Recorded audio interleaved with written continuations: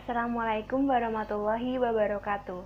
Perkenalkan, nama saya Fitri Wahyu Anggraini, NIM P2722602012024. Saya dari kelas 1B, jurusan D3 Fisioterapi, Poltekkes Surakarta. Di sini, saya akan menjelaskan tentang anatomi dan fungsi bagian paru-paru. Anatomi dan fungsi paru-paru. Berikut ini adalah gambar dan bagian dari paru-paru. Paru-paru adalah organ yang bertugas untuk mengolah udara yang masuk dan memisahkan oksigen dengan karbon dioksida. Organ ini terdiri dari dua pasang yang masing-masing bagiannya mempunyai ciri yang berbeda. Paru-paru memiliki dua bagian, yaitu paru-paru kiri dan paru-paru kanan. Paru-paru kiri memiliki berat sekitar 325–550 gram. Paru-paru kiri terdiri dari dua lobus, sedangkan paru-paru kanan memiliki berat sekitar 375–600 gram. Paru-paru kanan terdiri dari tiga lobus. Itu sebabnya paru-paru kanan mempunyai berat dan ukuran yang lebih besar dibandingkan paru-paru kiri. Pleura. Pleura adalah membran atau selaput tipis berlapis ganda yang melapisi paru-paru.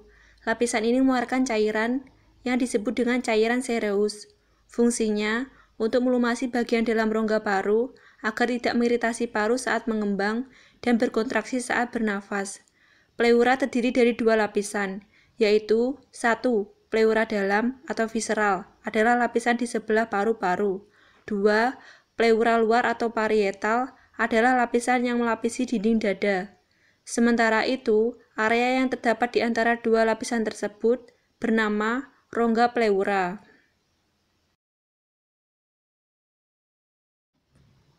Bronkus. Bronkus adalah cabang batang tenggorokan yang terletak setelah tenggorokan atau trakea sebelum paru-paru. Bronkus berfungsi sebagai saluran udara yang memastikan udara masuk dengan baik dari trakea ke alveolus. Selain sebagai jalur masuk dan keluarnya udara, bronkus juga berfungsi mencegah infeksi. Hal ini dikarenakan bronkus dilapisi oleh berbagai jenis sel, termasuk sel yang bersilia atau berambut dan berlendir. Sel-sel inilah yang nantinya menjebak bakteri pembawa penyakit untuk tidak masuk ke dalam paru-paru.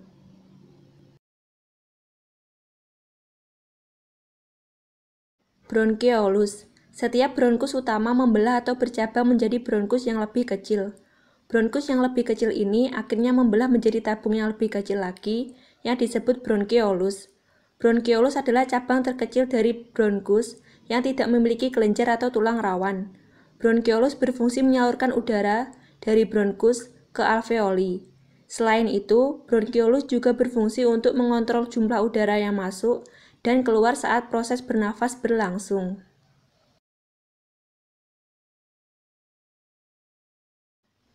Alveolus. Alveolus adalah struktur anatomi yang memiliki bentuk berongga.